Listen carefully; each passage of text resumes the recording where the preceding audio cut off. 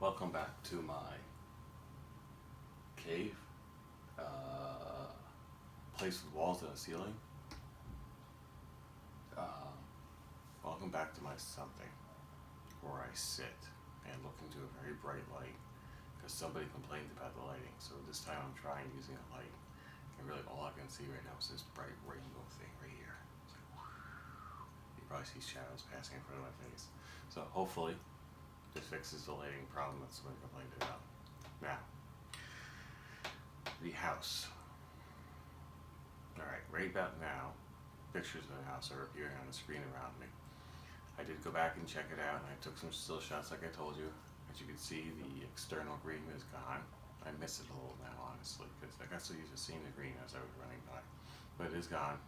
I did shoot some video. You'll find the link to that video down below. I didn't want to make it part of this video because it's like 7 or 8 minutes long. You'll see in the video I was going through the house pretty quickly trying to keep it short, and it still ran to like 8 minutes. So I decided I would leave it separate and put it down below, and you go check it out. Also,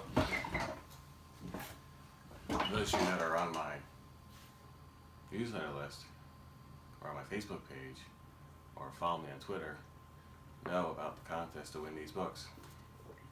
It's live right now. I think there's about a week left in the contest. So go win these books. I also put a second contest up for audiobooks. So not only can you get signed paperbacks, but you can also get the audiobooks. The audiobooks are a lot more expensive than these paperbacks. So go out there and win. I like winners. And I did say I was going to talk about the news this week. And I'm going to start with yet another reason why we don't like daylight savings time. So, I don't know if you can see this picture real good here. Mental Floss is reporting that a pair of twins was born in Massachusetts.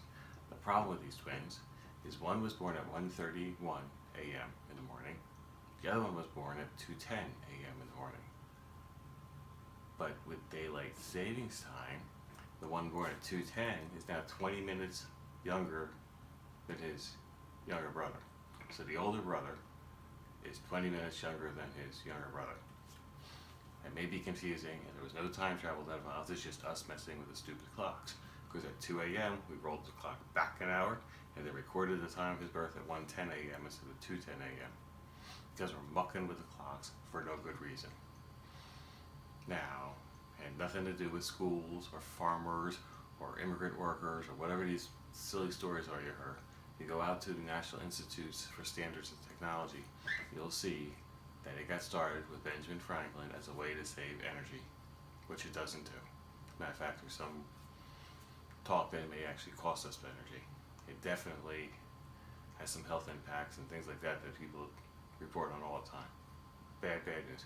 So if you ever see my name on a ticket for President of the United States of America, know that on my first day in office, I'll pass an executive order to eliminate daylight savings time from the entire federal government.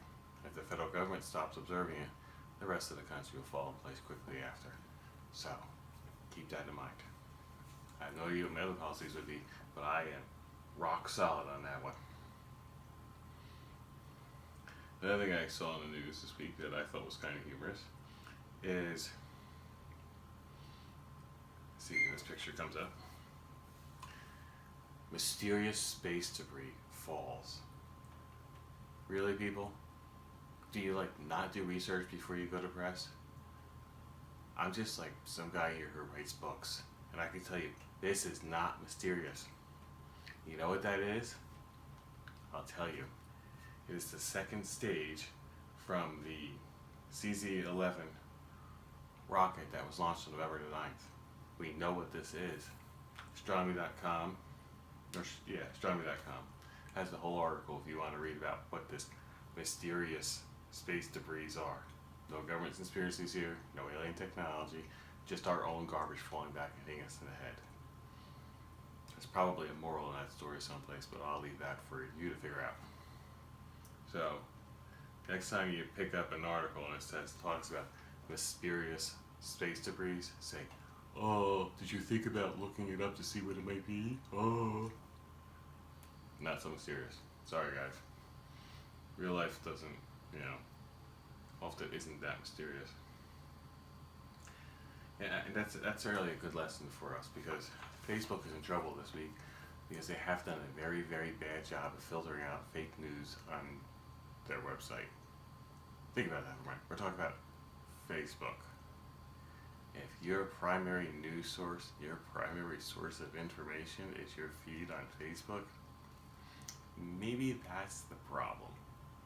However, Facebook is in hot water this week because it's very hard to tell on Facebook's page whether a story is a satire, completely made up, or actually a legitimate news story.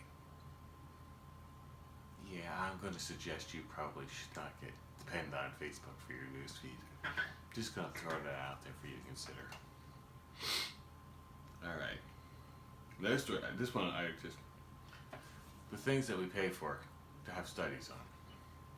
I'm going to blow up this picture here. Looks pretty good on my screen here. You see that? That's a scientist. Yes, I said scientist.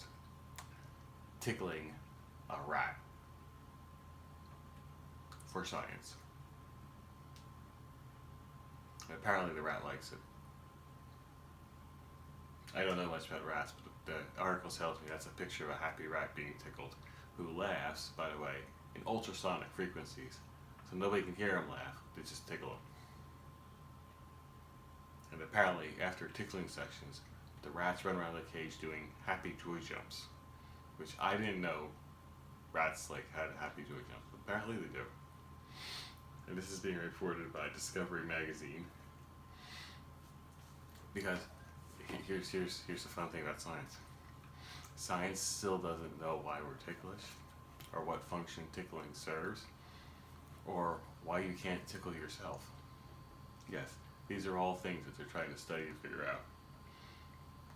I mean, think about it for a moment. You have a bunch of scientists sitting around the lab trying to figure out why they can't tickle themselves. You can't make this stuff up. I mean, this is like probably a 3-page article if it was printed. It's just one long scroll with 2 videos on tickling rats and what we can learn by tickling rats. That's Discovery magazine. Science for the curious is their tagline. So, if you have that pet project you ever wonder about studying, you wonder, hey, can I get funding to study that? Just remember, we have science making rats happy by tickling them for science. So, I don't know if anything's going to come out of the study or not. Maybe something good will come out of it. And then we all go back and look, hey, Vincent was silly because he thought tickling rats for science was funny. I'm okay with that, by the way. Last thing I want to talk about, and this one's really cool. You probably can't see this picture as well, but this is on space.com. You can go check it out. I'll probably put the links for all these stories down below. The James Webb Space Telescope. It's kind of like the video game that never comes out that they keep talking about. I think the project's been 20 years going now. It is supposed to be an upgrade for the Hubble. The Hubble has been amazing for science. We've seen things through the Hubble that we didn't even know to imagine before. We've seen to the far reaches of time and back again. We're still doing new science with the Hubble. It is an amazing telescope. James Webb Space Telescope is a step up from it. The primary mirror of the Hubble Space Telescope, if I remember right, is 2.4 meters in diameter. The James Webb Space Telescope is going to be 6.5 meters in diameter. Doing some rough back-end paper napkin kind of thing, that means the resolution on the James Webb Space Telescope is going to be 400 times better than the resolution on the Hubble. Not only that, the James Webb Space Telescope is going to be placed in what they call a range point in our orbit, so the Earth will shield it from the sun. One of the big problems that the Hubble has, it gets overheated from the sun all the time. Well, the James Webb Space Telescope in its orbit will be at near absolute zero its entire life. So not only will it be 400 times better in optical, it'll have the entire infrared spectrum open to it, which the current Hubble's not very good at. The new launch date for it, let's see, expected to launch in 2018. So we're getting there. And as long as some fuddy days in Congress don't shut it down again, we spent $8.7 billion on this telescope because of all the delays and everything else. We still haven't got the thing up to orbit. But that's okay, because we're tickling rats for science. You know, that's important. We gotta make sure we tickle those rats and not launch our $8.7 billion telescope that's sitting collecting dust. So, it's pretty cool. It'll launch completely folded up. So it'll be like this. Whoop. I may need a new iPad. No, it's okay. Yay for my cheap $10 case. It'll ship all folded up, kind of like a flower. And then when it gets into space, it'll slowly open up. And it'll be, after launch, it'll take 6 months to get in position before we know if it worked. $8.7 billion. I think it's gonna be cool. Need to get it up there, because we spent all that money on it already. We just haven't got it up to orbit. It's time to get the thing up to orbit and start getting something for our money. But it's supposed to go up in 2018, so we'll be watching for that. And I guess I wouldn't be doing a news update justice if I didn't mention the supermoon. It's like 90% of the science feeds are talking about the supermoon. Alright, let me explain the supermoon. Because of the non-perfectly circular orbits of planets, everything's in ellipses, and everything's moving around everything, and everything's moving around everything else at the same time, there are certain points in the pattern where the Earth and the Moon are closer. Happens once every, I think, 68 years, someplace in that ballpark. What it means is the Moon will appear a little bit bigger in the sky tonight, and appear a little bit brighter in the sky. However, if nobody told you what's happening, you probably wouldn't notice it at all.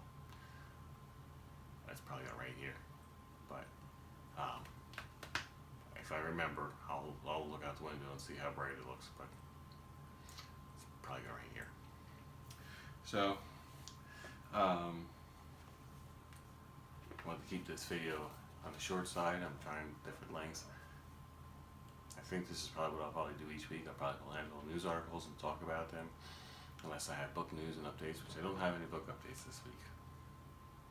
I wrote a couple more chapters in Mage Hunters, and there's not much to say about that except I wrote a couple more chapters. The audiobook is out, people are buying it. Oh, I do have an announcement with books. You almost forgot. November 16th, it's on. Fantastical Creatures will launch on time. It's already been uploaded to the vendors. You can already pre-order it on Amazon. I'll put that link below too. If you pre-order it, it's going to be 99 cents. And we appreciate it if you pre-order it, but if you want to wait, it is planned to go free. Problem with going free is it takes time to get Amazon to drop the price to free. We cannot list it at free for pre-order. So it's at 99 cents for the pre-order. Eventually it'll be free. But if you want to buy it now at 99 cents, that'd be great. If not, wait for it to go free. Probably by Thanksgiving. That depends. It's really up to Amazon. That depends on how quickly they do it. It will be free after launch on Barnes & Noble and Kobo and Apple and all the normal places. And it's going to be fun. I actually started reading it. I finally got around to starting reading it. I read the first story. So, I know my story's good, obviously, because I wrote it, and everything I write is good, right? That's what you guys tell me. I don't believe you, but that's what you guys tell me. So, and the first story was okay. We'll see how the rest of the stories go. I am not going to be reviewing it since I am one of the contributor authors, and that would be like a conflict of interest kind of thing. But the group of people that wrote it is the Fellowship of Fantasy. If you want to watch this group, I'm doing my best to help them get started, and I'm a member of the Fellowship of Fantasy. We're a group of fantasy writers that's attempting to write clean fantasy and put it out there with the high quality and high standards, just without all the sex and foul language and gore and stuff that the modern market's full of. We're trying to be a little bit different that way, so that's going to be our signature thing. This is our first anthology as a team. Tessa did the logo. She didn't do the cover. We had another artist do the cover. Tessa did the Fellowship of Fantasy logo, and it's a really cool logo. I was threatening the team that if they didn't take it, I was going to buy it out from under them. Unfortunately, they took it. But I do have a really cool logo. It's right here. As you can see, Tessa did a good job for me. She always does a great job. I'm just a pain with her because, oh, you know, I know you did exactly what I told you to do, but I don't like it. Do something else. Poor girl. But her links are, as always, down below. If you need custom artwork, check out Tessa. If you need a new book to read, Fellowship of Fantasies, first anthology, Fantastic Creatures. I think it's November 16th. It'll hit the streets. You can pre-order it right now for 99 cents. It will be free. So see, I did have book news. You almost forgot about the book news. And that's all I got for this week. So, as Grandmaster would say, may the real God of creation bless and keep you this day.